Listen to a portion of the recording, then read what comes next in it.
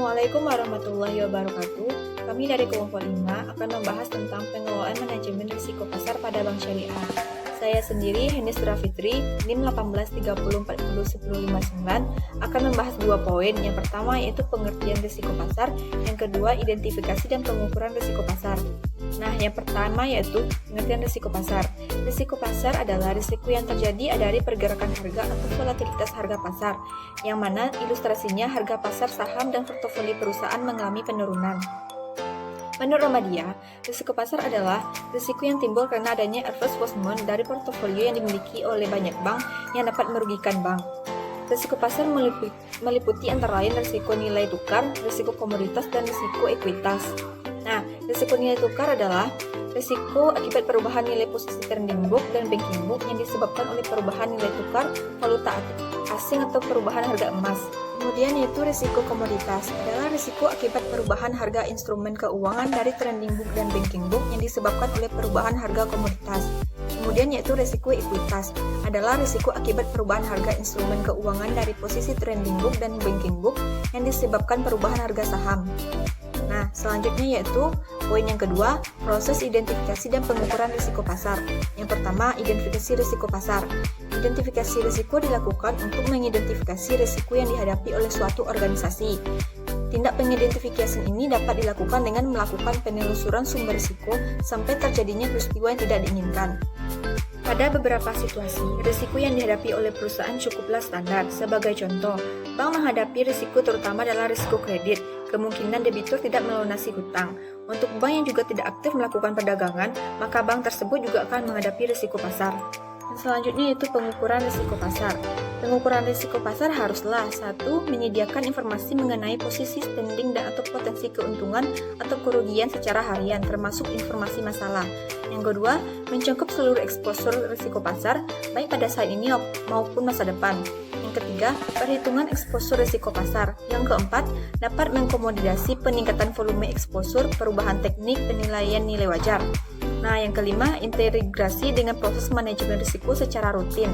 Nah, yang keenam, memiliki asumsi dan parameter yang terkomodasi dan dievaluasi secara berkala. Yang ketujuh, dilengkapi dengan analisis skenario dan stress testing.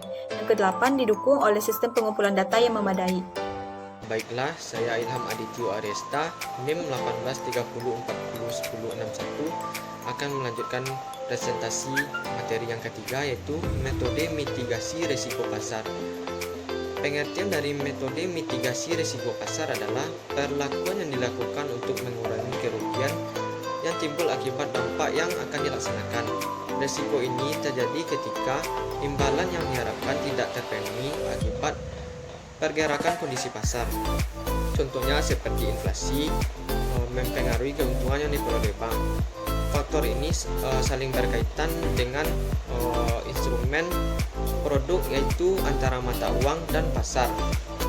Manajemen risiko memiliki beberapa fungsi penting dalam kegiatan perbankan. Yang pertama adalah menemukan risiko potensial.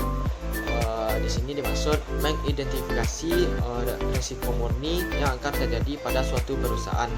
Yang kedua adalah mengevaluasi risiko potensial.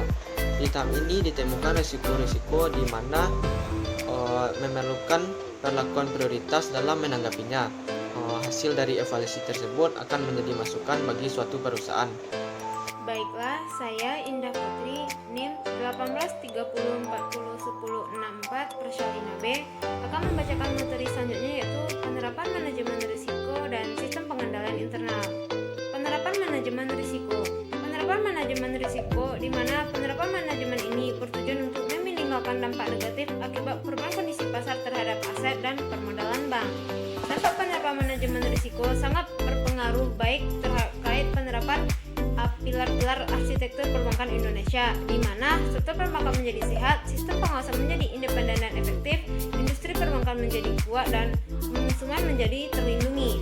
Penerapan manajemen risiko akan memberi manfaat baik kepada perbankan maupun otoritas pengawasan bank.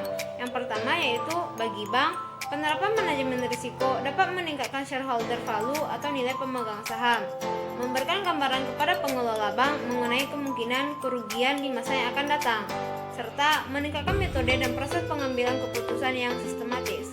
Yang kedua yaitu bagi otoritas pengawasan bank, penerapan manajemen risiko akan mempermudah penilaian terhadap kemungkinan kerugian yang dihadapi oleh bank yang dapat mempengaruhi permodalan bank dan sebagai salah satu dasar penilaian dalam menetapkan strategi dan fokus pengawasan bank, serta meminimalisir dampak dari kegagalan satu bank terhadap sistem perbankan secara keseluruhan. Selanjutnya yaitu sistem pengendalian internal. Sistem pengendalian internal adalah kewajiban pihak manajemen yang penting. Sistem pengendalian internal terdiri atas berbagai kebijakan, praktik, dan prosedur yang diterapkan oleh perusahaan untuk mencapai 4 tujuan umum. Yang pertama yaitu menjaga aktiva perusahaan. Yang kedua yaitu memastikan akurasi dan keandalan catatan serta informasi akuntansi. Yang ketiga yaitu mendorong efisiensi dalam operasional perusahaan. Yang keempat yaitu mengukur kesesuaian dengan kebijakan serta prosedur yang ditetapkan oleh pihak manajemen. Pentingnya pengendalian internal bagi manajemen atau auditor independen telah diakui dalam literatur profesional selama beberapa tahun. Faktor-faktor pentingnya pengendalian internal antara lain yaitu yang pertama, lingkup dan ukuran bisnis intensitas telah menjadi sangat kompleks dan tersebar luas. Yang kedua, pengujian dan penelaahan yang melekat pada sistem pengendalian internal. Yang ketiga, tidak praktis bagi auditor untuk melakukan audit atau kebanyakan perusahaan dengan pembatasan biaya ekonomi. Itulah hasil presentasi dari kelompok 5. Sekian, terima kasih. Wassalamualaikum warahmatullahi wabarakatuh.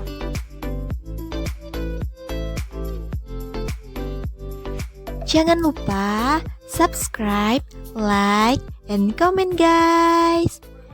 Terima kasih.